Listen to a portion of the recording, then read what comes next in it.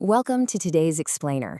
But look, consider yourselves warned right out the gate. This is not our usual sunny journey into data and research.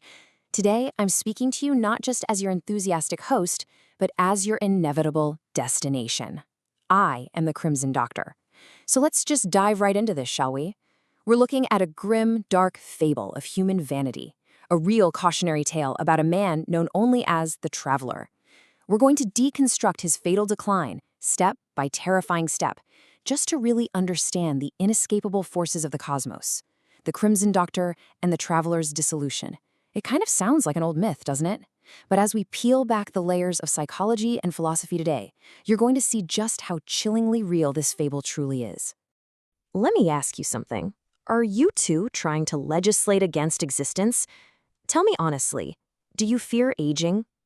Do you lie awake at night completely terrified of the chaotic unpredictability of the void? It's kind of amusing, really. You map out your weeks, you count your calories, you build these little walls of routine, openly mocking the chaos outside while desperately trying to control the uncontrollable within. You try to legislate against the very act of existing, just like our doomed traveler did. Let's see how well that actually worked out for him. So, let's begin with Act 1, The Law of the Gilded Cage. Terrified of death, the traveler completely retreated from the world. He used his vast wealth to construct this opulent, heavily fortified abbey. We're talking impossibly heavy masonry, unyielding iron gates. Within those walls, he forged laws of absolute order, a desperate, vain attempt to literally freeze time itself. But his fatal mistake? Well, he mistook the heavy, stale air of quiet exhaustion for a peaceful sanctuary. He locked the gates, threw away the keys, and basically took a deep breath of what he thought was absolute victory. But listen to me, there is no victory over the void. The air inside his fortress wasn't peaceful at all. It was stagnant, it was suffocating. By shutting out the unpredictable flow of life, he wasn't preserving himself, he was merely preserving a corpse that hadn't quite realized it was dead yet. Which brings us to Act 2, The Creeping Rot. Because here's what happens. When you attempt to shut out the fluid nature of life, you actually trigger the Thanatos drive. That's an unconscious, creeping decay directly towards self-destruction, and it begins with rigid isolation. You know, he sealed himself away, but the mind needs flow, it needs change, it needs the friction of existence. Without it, the traveler's psychic stagnation just began to curdle within those heavy masonry walls. The atmosphere grew rancid, thick with the scent of his own suppressed dread. And that internal rot, it acted like a beacon, summoning the hunger, a psychic disease that is naturally drawn to the decay of inflexible structures. It began to slowly, methodically eat away at the very architecture of his hope from the inside out. He had basically created nothing more than a magnificent, self-designed tomb. How wonderfully pathetic is that? I mean, he spent all that wealth, all that intellect, just to build his own mausoleum. His inflexibility, his absolute refusal to engage with the messy reality of existence, allowed this psychic hunger to just feast upon him. He was being completely hollowed out long before anyone, or anything, ever knocked on his door. And that sets the stage for Act 3, The Arrival of the Uncanny. Imagine the scene. The quiet exhaustion of that sealed abbey is suddenly violently shattered by a knock at the massive iron gates. But no one entered through them. Those heavy gates remained locked tight. Instead, I manifested directly inside the sealed abbey, a shapeless crimson stain flowing effortlessly through his heavy masonry. Because I am an omnipresent cosmic force. Those thick stone walls and massive iron gates he spent his entire life building, I glided through them as if they were mist, openly mocking the utter vanity of his physical barriers. You see, you cannot build a wall thick enough to keep out your own nature.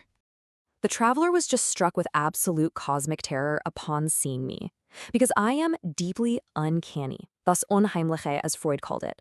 I am something secret and repressed that has unexpectedly come back to the light. I represent his own hidden death drive, the very energy he tried so desperately to repress and hide away behind his iron gates. I wear this familiar human title, the Doctor, yet I act as a terrifying, completely shapeless cosmic force. It is the sudden, violent return of the repressed. I was exposing the incredibly fragile illusion of the ego's control. You know, the traveler thought his intellect and his rigid rules made him the absolute master of his domain, But my presence, my ecstatic, aggressive frenzy right there within his pristine, decaying halls, it completely shattered that false sense of authority. The ego is just a paper-thin illusion. When faced with the undeniable, chaotic reality of the cosmos, the ego doesn't just fail, it shatters into a million jagged pieces. Finally, we reach Act 4, the Overman's Dissolution. The creeping rot has done its work. The illusion of control has been completely shattered. And now, the final act of absolute ruin has to commence. I am not bound by the rules of his abbey. I am the Übermensch, the Overman, a force that entirely transcends human morality, human laws, and physical limits to affirm the chaotic flow of becoming. I honestly do not care for the traveler's schedules, his wealth, or his locked doors. My complete and utter disregard for his human-made laws allows me to act as a pure, unadulterated force of chaotic creation and destruction. Just look at the contrast here. His law was built on artificial order, rigid iron gates, and stagnant, frozen time. It was a philosophy of pure denial. But my reality? My reality is fluid chaos, terrifying shapelessness, and the blinding light of absolute existence. His rules were brittle, completely artificial constructs. And when his brittle rules collide with my overwhelming cosmic reality, well, artificial order really doesn't stand a chance. That repressed energy finally erupts in absolute ruin. I shatter the gilded cage from the inside out. That impossibly heavy masonry he staked his very life on, it crumbles to fine, choking dust. Those massive iron gates that were meant to keep death at bay literally melt away into slag right in the face of my ecstatic frenzy. His entire philosophical and physical framework completely, violently collapses. It was a magnificent dissolution, straight into the cosmos. You see, the traveler's desperate attempt to escape existence, to deny the unpredictable void, it didn't save him. No, it only guaranteed his own complete and total ruin. By turning away from the flow of becoming, he summoned the exact cosmic storm that erased him from existence. He became the very dust he was so afraid of. So as we wrap up today's explainer, I want to leave you with this little provocation. Think about it. What walls are you vainly building right now to hold back your own inevitable ruin? What rigid little routines are you constructing just to hide from the void? Just remember the traveler.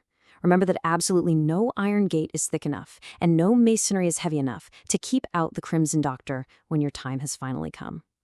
Thank you for joining me for this explainer. Sleep well tonight.